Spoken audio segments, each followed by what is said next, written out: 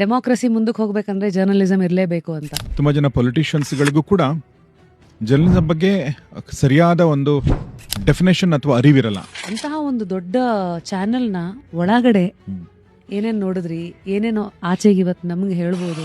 60% TRPಗೋಸ್ಕರ, 40% ಸಮಾಜಕ್ಕೋಸ್ಕರ.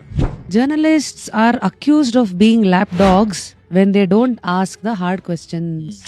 ಈಗ ಮುಖ್ಯಾಂಶಗಳು. ಇವರು ಹೀಗೆ ಹೇಳಿದ್ದಾರೆ, ಅವರು ಇದನ್ನು ಉದ್ಘಾಟನೆ ಮಾಡಿದ್ದಾರೆ, ಅವರು ಆಶ್ವಾಸನೆ ನೀಡಿದ್ದಾರೆ ಅಂತ ಹೇಳಿ ಹೋಗ್ಬಿಟ್ರೆ ಗವರ್ಮೆಂಟ್ ಚಾನಲ್ ಆಗ್ತೀವಿ ನಾವು. ಈಗ ನಟರ ಪರ್ಸನಲ್ ಲೈಫ್ಗೆ ಆಕ್ಸಸ್ ಎಲ್ಲ ಮೀಡಿಯಾದವ್ರಿಗೂ ಇರುತ್ತೆ, ಬಟ್ ಅದು ಸೊಸೈಟಿಗೆ ರಿಲೆವೆಂಟ್.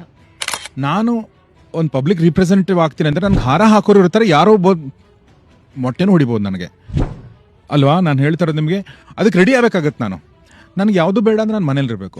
ಒಂದು ಚಾನೆಲ್ನಲ್ಲಿ ಆ ಒಂದು ರೂಫ್ ಕೆಳಗಡೆ ಬೆಚ್ಚಗಿದ್ದಾಗ ಅದು ಬೇಡ ಅಂತ ಬಿಟ್ಟು ಆಚೆಗೆ ಬರ್ತಿರಲ್ಲ, ಅದು ವೈಯಕ್ತಿಕ ನಿಲ್ಲುವ ಅಥವಾ ಕೆಲವಾದ ಘಟನೆಗಳ ಹಾಕಿ ಪ್ರಚೋದಿಸ್ತಾ. ನ್ಯೂಸ್ ಚಾನಲ್ನಲ್ಲಿ ಆಂಕರ್ ಆಗಿರೋದು ಇದೆಯಲ್ಲ, ಆಫ್ಟರ್ ಅ ಪಾಯಿಂಟ್ ನೀವು ಸೆರೆಮನಿ ಶುರು ಆಗುತ್ತೆ. ಫುಲ್ ವಿಡಿಯೋನ ನೋಡಿ ಆನ್ ರ್ಯಾಪಿಡ್ ರಾಶ್ಮೀಸ್ ಯೂಟ್ಯೂಬ್ ಚಾನಲ್.